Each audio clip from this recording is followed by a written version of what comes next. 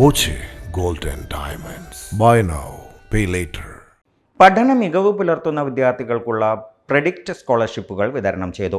മന്ത്രി M. P. Rajesh മണ്ഡലത്തിൽ നടത്തുന്ന എൻലൈറ്റ് തൃത്താല സമഗ്ര വിദ്യാഭ്യാസ പദ്ധതിയുടെ ഭാഗമായാണ് പ്രെഡിക്റ്റ് ജനകീയ സ്കോളർഷിപ്പ് നൽകിയത്. SSLC, +2 ഉന്നത വിജയികളായ സാമ്പത്തികമായി പിന്നോക്കം നിൽക്കുന്ന വിദ്യാർത്ഥികളെ പിന്തുണയ്ക്കുന്ന പ്രെഡിക്റ്റ് പദ്ധതിയുടെ ഭാഗമായാണ് മണ്ഡലത്തിലെ തെരഞ്ഞെടുത്ത വിദ്യാർത്ഥികൾക്ക് സ്കോളർഷിപ്പ് വിതരണം ചെയ്തത്.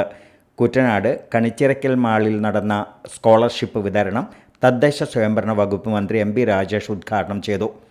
വിദ്യാഭ്യാസത്തിന് വേണ്ടി ഇത്രയേറെ ഇൻവെസ്റ്റ് ചെയ്യുന്ന ഒരു സ്റ്റേറ്റും ഒരു സമൂഹവും ഇന്ത്യയിൽ മറ്റൊരിടത്തും ഉണ്ടാവില്ല. ഗവൺമെന്റിന്റെ കാര്യമെടുത്താലും വിദ്യാഭ്യാസത്തിന് വേണ്ടി ഇത്രമാത്രം ഇൻവെസ്റ്റ്മെന്റ്, പൊതുമുതൽ മുടക്ക് നടത്തുന്ന ഒരു സംസ്ഥാന സർക്കാർ ഇന്ത്യയിൽ മറ്റെവിടെയും ഉണ്ടാവില്ല. ഇനി ഓരോ വ്യക്തിയുടെ കാര്യമെടുത്താലും മക്കളുടെ വിദ്യാഭ്യാസത്തിന് എന്ത് ത്യാഗവും സഹിക്കാൻ തയ്യാറാണ് രക്ഷിതാക്കൾ. എന്താ കാരണം? അവരാഗ്രഹിക്കുന്നത് നല്ല വിദ്യാഭ്യാസം മക്കൾക്ക് കിട്ടണം, അതിലൂടെ മെച്ചപ്പെട്ടൊരു ജീവിതം, ഞങ്ങൾ ജീവിച്ചതിനേക്കാൾ മെച്ചപ്പെട്ടൊരു ജീവിതം അവർക്ക് സാധ്യമാവണം.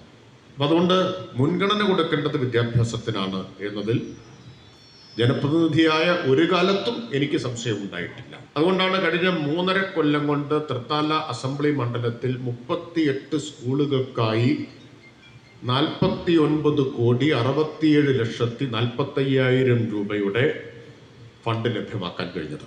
വിദ്യാർത്ഥികൾക്ക് പ്രതിമാസം 1000 രൂപ വീതമാണ് സ്കോളർഷിപ്പ് പദ്ധതിയിലൂടെ നൽകുന്നത്. മുമ്പ് 100 കുട്ടികൾക്കും ഇപ്പോൾ 30 പേർക്കുമാണ് സ്കോളർഷിപ്പ് നൽകിയത്.